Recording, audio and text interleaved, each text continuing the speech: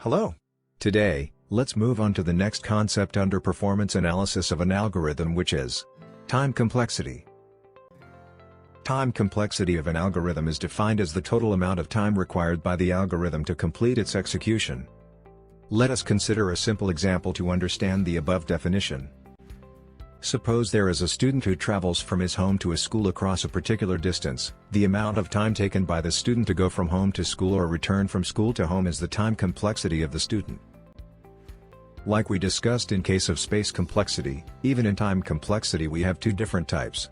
They are A. Constant time complexity, B. Linear time complexity. Constant time complexity: if a program, algorithm requires or takes a fixed amount of time for executing all its test inputs, each and every input, then it is termed as constant time complexity.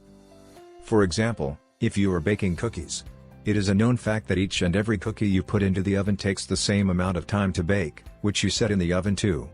In other words, the time is fixed or constant, no matter how many cookies you have decided to bake.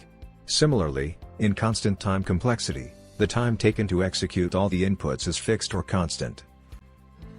Now let's dive into a more technical example. Consider an algorithm which returns the sum of two integers. Int sum int a, int b. Return a plus b. In the above function, a and b are two fixed integers which carry out the sum operation. No matter how many times you supply the input, in the end, it's only two variables which are going to be added. Hence, for every input supplied, the time of executing and returning the output will be the same, which attributes to the concept of constant time complexity. Next comes the linear time complexity. In case of linear time complexity, the algorithm changes the time it takes to execute for the various inputs supplied. In other words, as the space complexity changes, so does the time complexity along with it. As the space complexity increases, even the time complexity increases. Hence, we can say that the time complexity in this case is linearly dependent on the space complexity. Let us understand this with a common example. Suppose you want to search a lost ring in a single and a small room. You can find it pretty much easily. Let's be more realistic and take a two-room basic house where you want to find your ring. Is it easy? Well, it might be if the effort is put into it, but it takes more time than it did in case of the single, small room. Now, what if the number of rooms increases to 10 times and the size of each room is also large enough? Will you be able to find the lost ring? Who knows? You might as well find it. But the time taken is insanely larger than it would have taken in case of the small rooms earlier. With this establishment we can say that as the space increases, so does the time, or technically, time is directly proportional to space. In this manner, for every input taken as the space complexity increases, even the time complexity increases. From this algorithm, we can say that the number of steps taken by the algorithm for executing different elements of it, it takes 0 steps for comments, 1 step for assignment of variables, and also 1 step for conditional statements. But when it comes to looping or iterative statements, we are talking about n elements here. In this case, the algorithm takes n+1 steps for the execution, and the body of the loop takes about n steps to execute.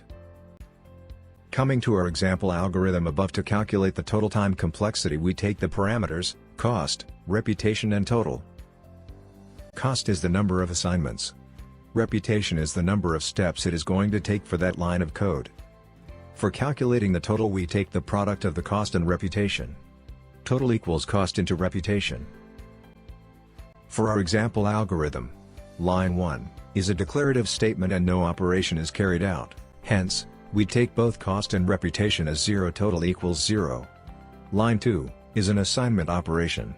Hence, we take 1 for cost, and since it is performed only once, even reputation value is taken as 1, so the total for that line is 1 times 1 equals 1.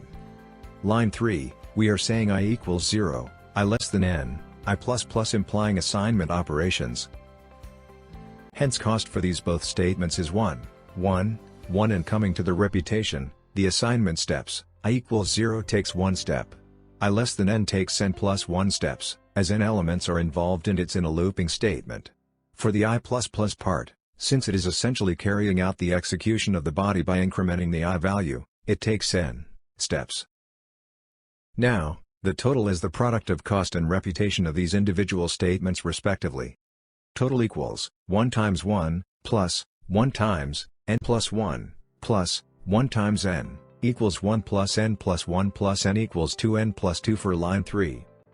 Line 4, we have sum equals sum plus a, I. We are performing the assignment and addition operations by taking two variables, namely sum and a, I. Hence the cost value is 1 plus 1 equals 2. Coming to the reputation, we are performing this line in the body of the loop. Hence the value is n. Now, total for line 4 is 2n equals 2n. Line 5 is a return statement returning a variable, sum. Hence both the cost and reputation values are 1 respectively, and total equals 1 times 1 equals 1. Now, the total linear time complexity for the above algorithm is the sum of the individual totals we have calculated in the above steps. That is, total linear time complexity equals 0 plus 1 plus 2n plus 2 plus 2n plus 1 equals 4n plus 4. In the concept of time complexity we have three cases, namely, best case, worst case and average case. We will define these cases with the example of linear search algorithm. Linear search algorithm. It is an algorithm that helps in searching or finding an element in a sequential order or in a linear manner. Library and dictionary are the best examples which implement the concept of linear search perfectly, as be it in case of searching a book or a word, we search in a particular linear order. In linear search algorithm we take a simple array of n elements and assign the indexes. Here the elements of an array are referred to as keys. Also the index of an array always starts from 0 is a known fact. So with these parameters we devise the algorithm as follows. For I equals 0 to n, if ai equals key, print key found. So here, for every iteration of variable I, we compare the value in ai with the key value we are searching for, and if they match, we print the statement saying that the key has been found. Hence, in this manner we devise the program for the linear search algorithm. Now let's jump right into the time complexity cases on the basis of the above algorithm. Best case, if the element, key we are searching is found in the first position of the array, then we call this case the best case of an algorithm. We represent the best case by b of n, and can express it in terms of the asymptotic notations as follows: O of 1, ohm of 1, theta of 1. Here the value 1 indicates the first position in the array where we find the key value. Worst case, if the element, key we are searching is found in the last position or ending of the array, or if the element is not at all found, then we call this case the worst case of an algorithm. Because, whether we find the element or not, we have to search the entire array for it. We represent the best case by W of n and can express it in terms of the asymptotic notations as follows: O of n, omega of n, theta of n. Here the value n indicates the last position in the array where we find, or sometimes don't find, the key value. Average case, if the element, key we are searching is found after the best case and before the worst case, then we call this as the average case of an algorithm. We represent the best case by A of n, and can express it as follows: 1 plus 2 plus 3 plus so on plus n, by n.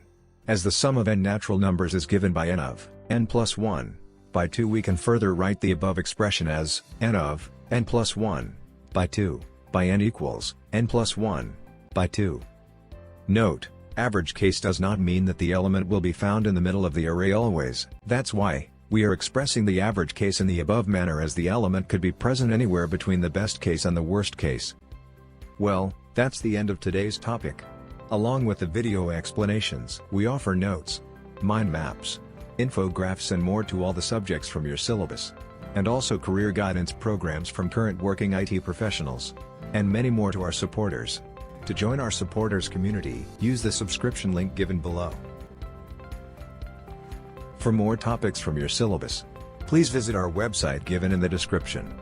If you like the explanation, press the like button and rate us from 1 to 5 in the comments section below. For getting updates on any video we posted, please subscribe to our channel and press the bell icon. We will be back with another concept soon.